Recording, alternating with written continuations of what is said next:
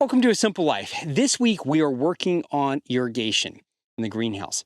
Put a lot of thought into the irrigation here, and some of what I've been thinking about is how do I turn this greenhouse into a test bed for growing in larger areas? I've never done market gardens, but I like to start building into that space and start developing the techniques. And so I'm building in a little bit more functionality probably to the irrigation here than I really needed to. So let me explain kind of what I have. And once again, this is just a test. This is me trying to figure out what's going to work. Obviously, this system that I'm building out here isn't going to work in like a field, but the techniques that I'm going to build here will help me when it comes to larger gardens. So what we have here, we have a faucet. This faucet is run from the well. In the future, we'll have better flow when we put the pond in, but that's going to be another time once we get all that set up. Okay, from there, because we have no filtration previous to this point, so all the well water and none of it's filtered coming to here, we're using these filtration units. We really like them. They're really easy to clean out, and they have a flushing. You can hook a hose to them and just self-flush them. That works, but it's not as good as pulling them apart, cleaning them out with like a little toothbrush or something like that, and we do that about once a day because of how much sediment we get, especially at the end of summer. Okay, so this is one of our runs. The pipe comes down, we have a shutoff, and it comes down to an elbow right here, okay? And this is a 10 PSI regulator. If 15 PSI is too much for our tape, and I'm having issues with our tape like bursting or anything like that, we will put one of these at the end of each of our runs. I already have 4 of them, so it's not gonna be a big stretch to buy one more because we have 5 runs in this greenhouse. Let me explain the runs. I did 5 18-foot runs in here, even though it's 100 feet, because it gives me a little bit of buffer room to set up a table, have some tools, chair, whatever. This isn't high production. This is just a test bed for what we're gonna do across the rest of the farm. So over each of our 18-foot bed sections, we have a pipe that goes up top. So this is gonna have what's called a T-sprayer, and you can put them upside down and they spray for 10-foot radius, so 20 feet from side to side. And I have one of those every 18 feet. And the reason for having one every 18 feet is that's going to allow me to have a little bit of overlap from one bed to the next because it's a radius, and it'll give me a better coverage on the edges.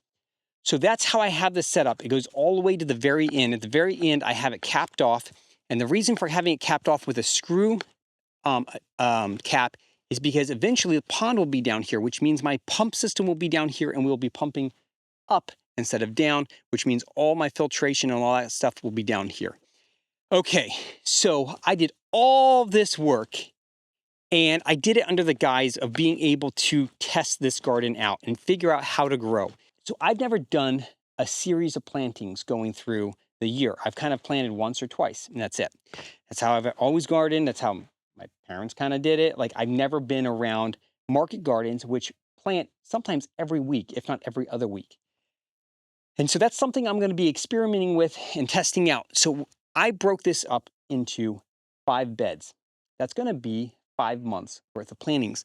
April, May, June, July, and August beds. And then September, October, not going to really plant much in November. And then so on and so forth. That's kind of how I'm seeing this work out.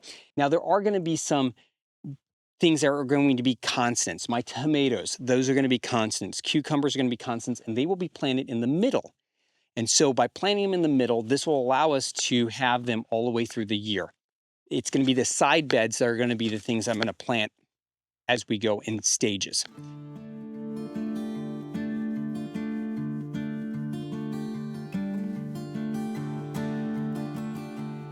This is Klingoff. Klingoff never lets us touch him, but he's all of a sudden lately, or I should say she, has all of a sudden become way more friendly lately.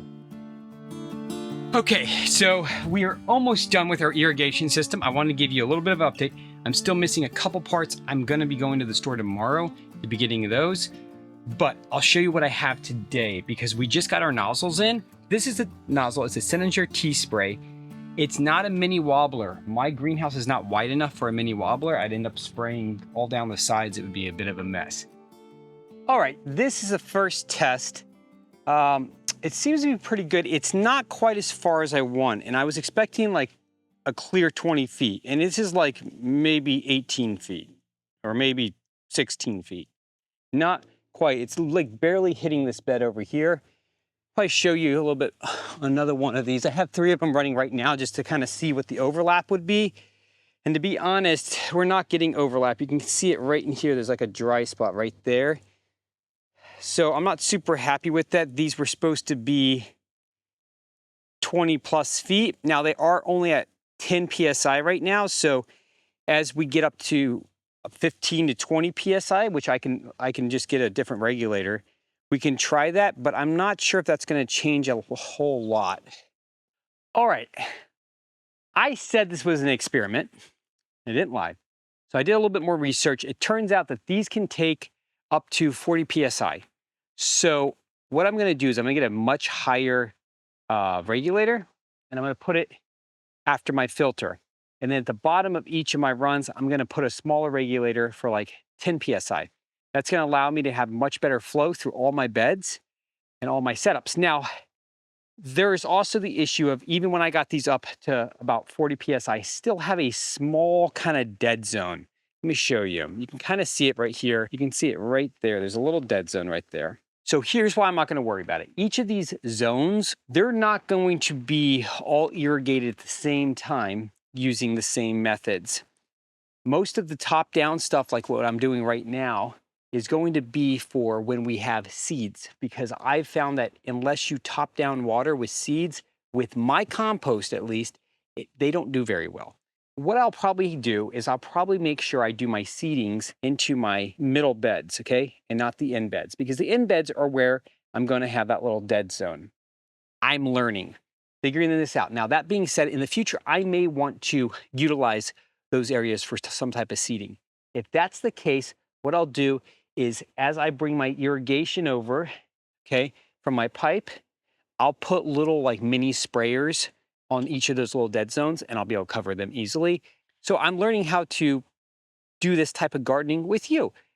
And to be honest, this actual irrigation little setup here was not very much. And that is a very nice little nozzle for $4. I mean, the amount of water, the way it's getting it down, the evenness of it, I'm super happy with it. I mean, you can just see it's like a light, misty rain.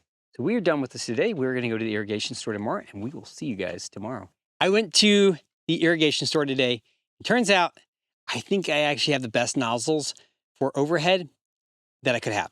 So what I'm doing here is a little over the top, but it's going to help me figure out how to irrigate my beds in the future. It's why it's as complex as it is, but I'm going to show you the simplified version of what it actually is. And everything else is just the same thing over and over again. I'll show you. Each bed is going to be fed by a 1/2-inch line. It has a T, and it's got a shutoff. This shutoff allows me to turn this bed on and off. And then these two pieces go here and here. And I'll show you what they look like because I have them connected right here.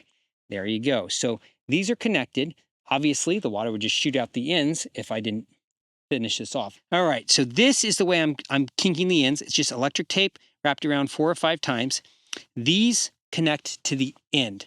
And this is for a flow-through system. So it allows water to come through all the way to the end and then back.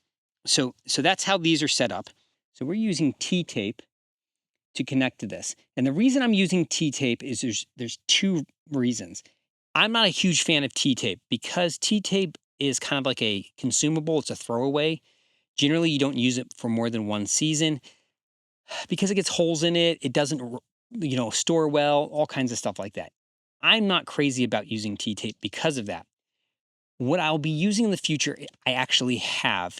It's a inline emitter. So the pipe is about the same size as this, except for the emitter's on the inside. And the emitter is a pressure compensated emitter, meaning the whole line, when under pressure, puts out the same amount of water at each nozzle. That is very consistent and it works really well. It's a little bit more expensive, but they last really long, and it's very hard to kind of punch a hole in this because this stuff's pretty thick. All right. Why am I not doing that here? Well, here's the reason. See, we are using well water until I get my ponds done. So it's hard to see, but inside this pipe is this brown material. It's actually iron algae. And that builds up and it will get inside your emitters and clog them. Now, I run filters. but those filters don't clean out algae. How can I get the algae out? Well, you can run a more complex system like a brine system where you're using salt to remove the iron, or you can use, and you can even use like a UV light system that actually like kills the bacteria in the water. We do that at home for our home drinking water and our home usage. But up here, that doesn't make a whole lot of sense because we are going to be using ponds in the future, and the pond water doesn't have those issues. The other reason why it's not great to use well water in a greenhouse or beds like this is because it mineralizes the soil. You're pumping minerals out of the ground with the water, and then it's landing in your beds and it's building up over time. It's not the most horrendous thing, but if you're going to be running irrigation and you're going to be doing all these things, you can start to think about that because your soil quality really matters. So this whole setup is for me to test that, to test how we grow, how these beds work, how this irrigation works. And once we scale up to the next level and we're no longer using the well water, we're using our pond water, that's when we'll change our filtration out. We'll change away from using the T-tape, which is like that throwaway irrigation tape, and we'll switch over to a more permanent system. But in the meantime, that's where we're at. This is kind of where we've gotten this week. I'm going to slowly be building these out, probably for the rest of the evening. And we should be planting next week. We're supposed to have some nice weather. It's been really wet on and off for the last 5 or 6 days, like really torrential downpours. So in between the rain, we've been going out and getting stuff done. And then when it starts raining, we come in here and work. So we're almost done with the setup for the greenhouse. Once I get the irrigation done, we will be ready to start planting. And I have some plants and I have some seeds, and we have a plan for the rest of this year. Thank you for coming along, and we will see you guys next week. Have a good one.